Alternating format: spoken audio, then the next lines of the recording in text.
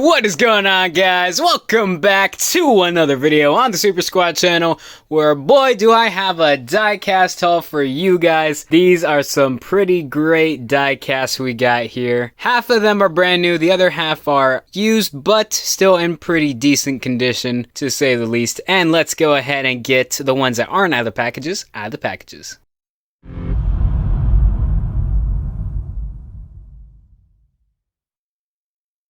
Alright, so here they all are out of the packages. We have a large assortment of different drivers here. We have more 124s than we have 164s for once in a diecast review on the channel. Anyways, let's go ahead and without further ado, start taking a look at them. Let's go ahead and look at the Randy LaJoie first right here. The Dollar General number 34 car. I'm pretty sure this is the Hendrick Motorsports font, if I'm not mistaken. But it's not Hendrick Motorsports, but they used a font, the same font or a very similar one. And I mean, yeah, this is pretty cool. All four of these came together for only 20 bucks. So I was like, 4 124s for 20 bucks? That's not bad. I'll get it. And like, yeah, there's some scuff marks here and there on all of them. But I mean, it's not too bad, honestly. Like, for the amount I got, like, that's not bad. Like, that's not bad at all, honestly. Yeah, really, really cool looking diecast we got here. The Dollar General car, pretty cool indeed.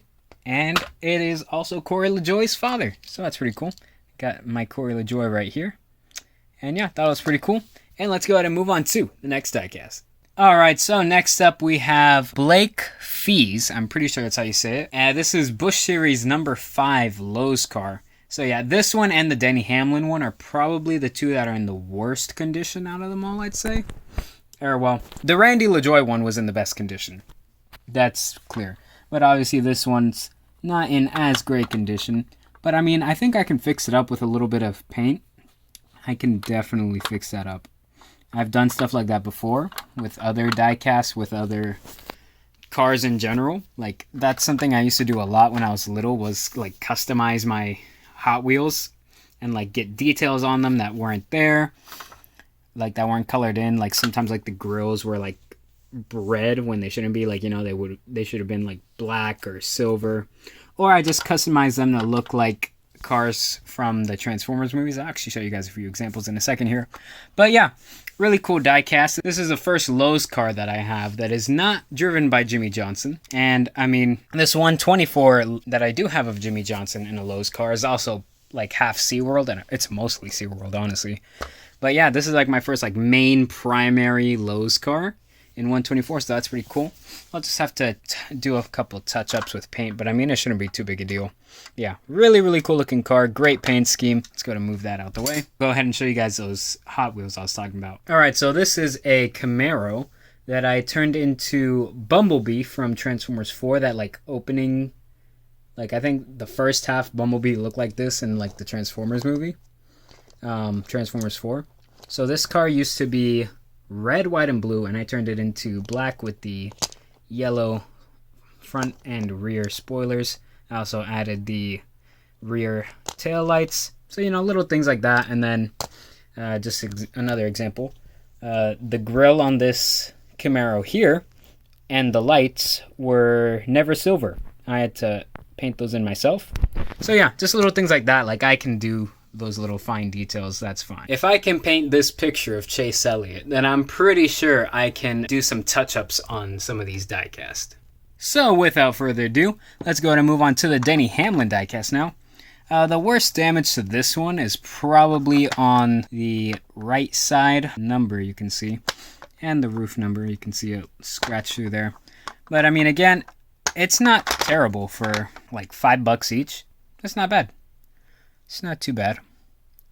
Again, just needs a couple touch-ups, you know, it needs some love.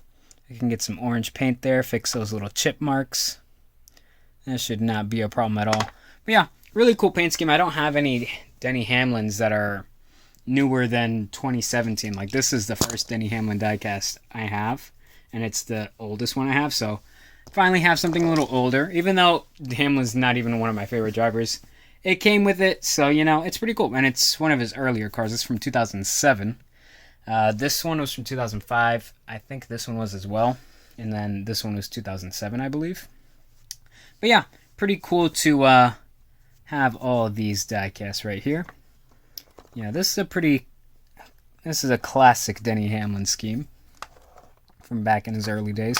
Yeah, it looks really cool. Back when Joe Gibbs Racing was using Chevys as well. So that's pretty cool. That's my first Joe Gibbs Racing Chevy. So that is also very cool. This was in the Nextel Cup Series days. So yeah, thought that was pretty cool to get. Again, I'll probably just do some touch-ups to them just to fix them up, get them in prime shape.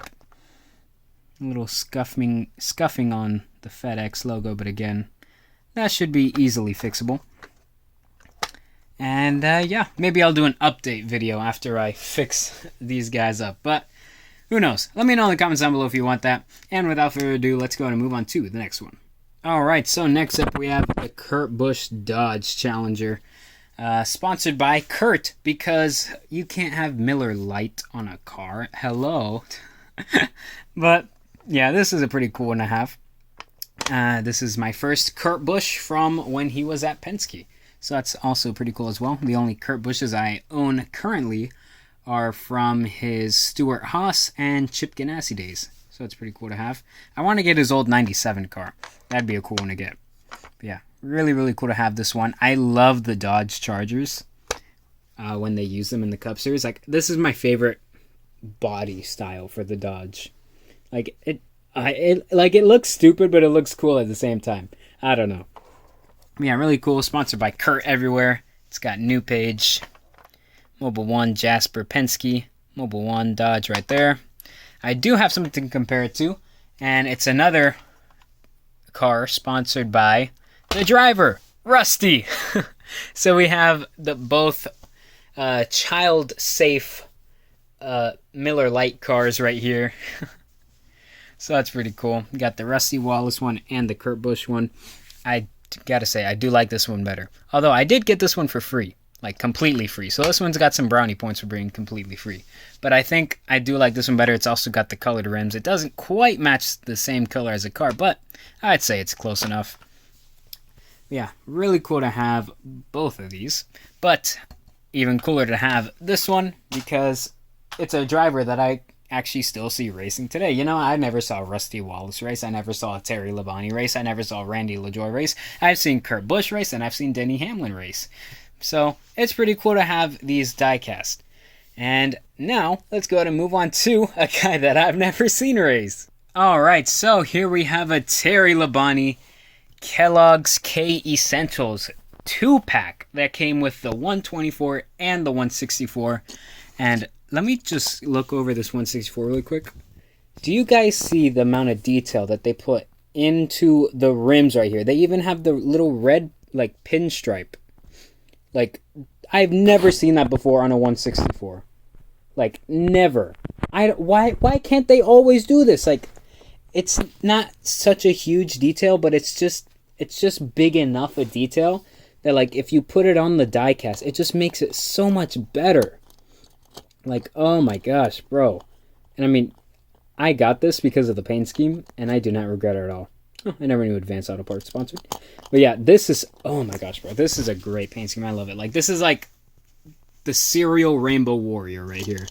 Really, really cool looking diecast. And obviously, from the last video, I'm pretty sure I released it yesterday, if not the day before, we have somewhat of an army of Terry Labonte cereal cars. Terry Labonte Kellogg's cars right here, especially in the 164 scale. So yeah, that's pretty funny. This is my favorite paint scheme out of them all, though. Unless I can find another one that's even better. Like, let me guys know if there's another paint scheme I need to get that's even better than this one. But if not, then this one is my favorite of all time for Terry Labonte. Honestly. Like, I love this one. It looks great. Like, this one's really sick. And it has a little pinstripe here in red, so that makes it even better. Anyways, let's go ahead and look at the 124 now. Oh, alright, here we go. And yeah, definitely looking at this one in the 124 now, even bigger. This is definitely one of my favorite paint schemes that I own. Like, this is so great. Got Tony the Tiger right here. Got the Fruit Loop Bird, the Toucan. Got G-Mac there. That is what is now Ally. Okay, Essentials. It's got like the little milk thing that I liked. If you guys saw the last Diecast Haul video where I was talking about the Cinnamon Toast Crunch car right here, I just decided to get it. I love how like it looks like the milk is coming out and like dripping onto the car. Like, oh, I love that. And then the colors, it's like a Rainbow Warrior, but like in a gradient style, and it just looks so good. I love this diecast. And the guy gave it to me for $4. $4. I could not pass that up. And it's such a great paint scheme too. I love this car. It's so great. It is.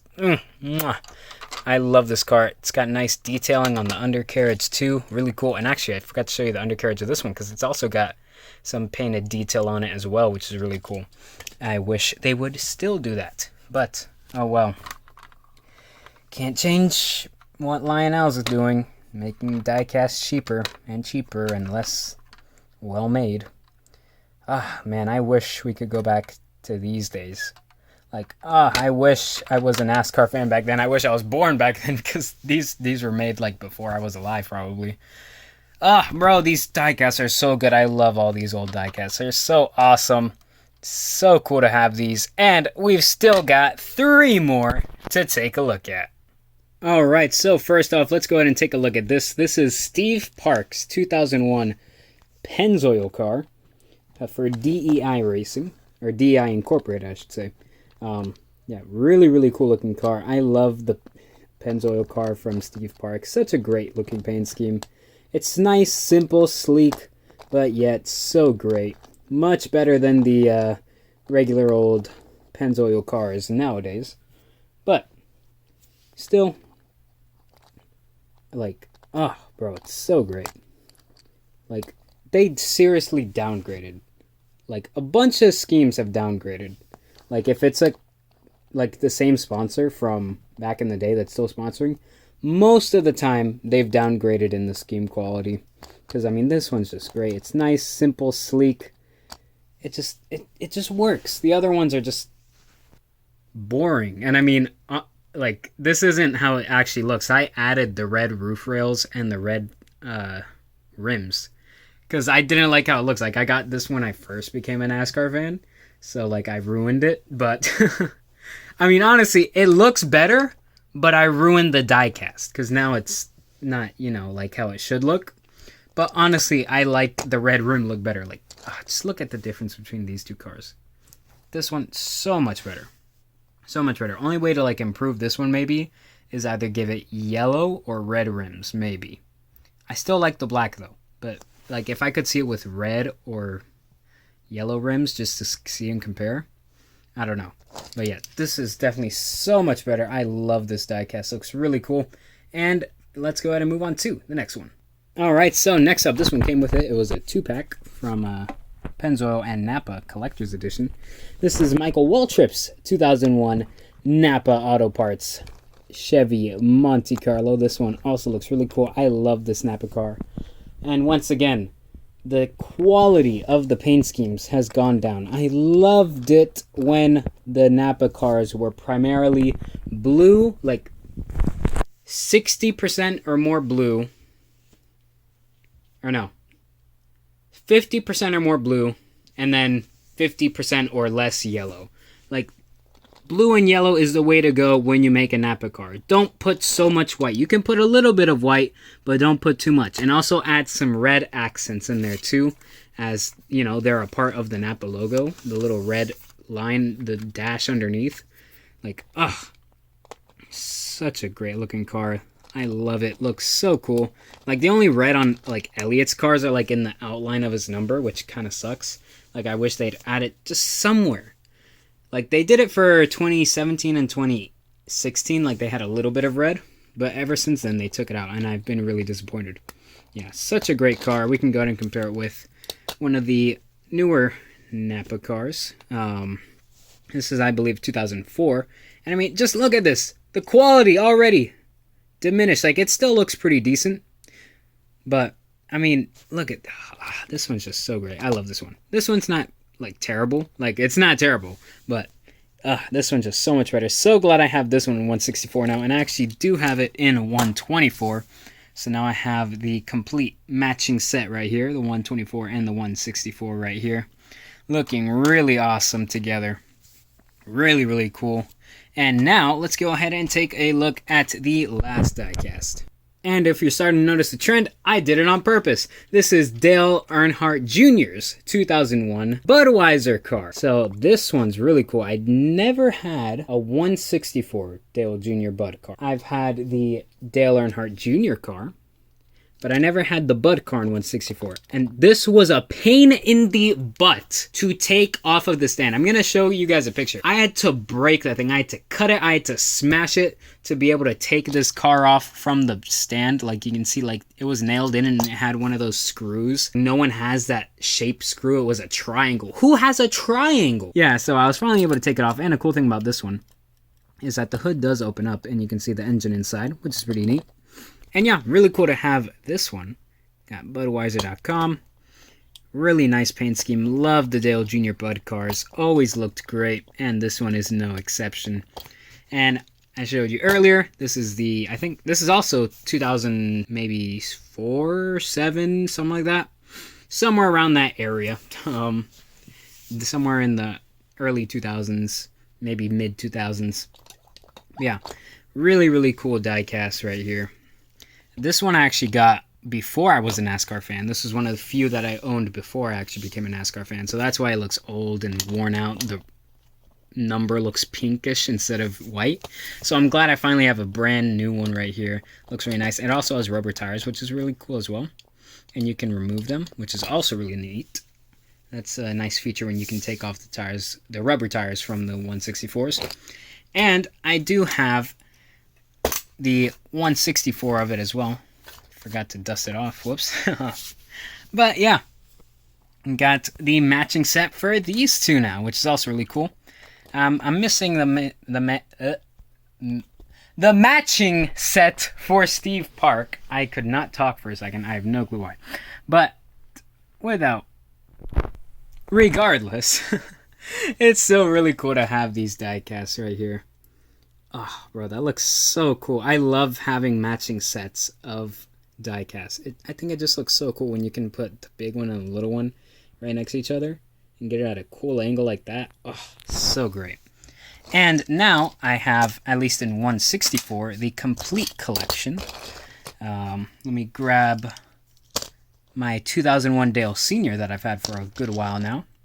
And now I have the complete collection of DEI and Dale from 2001. Well, what would have been if, you know, that tragic day in 2001 at Daytona never happened. This was the complete lineup of DEI.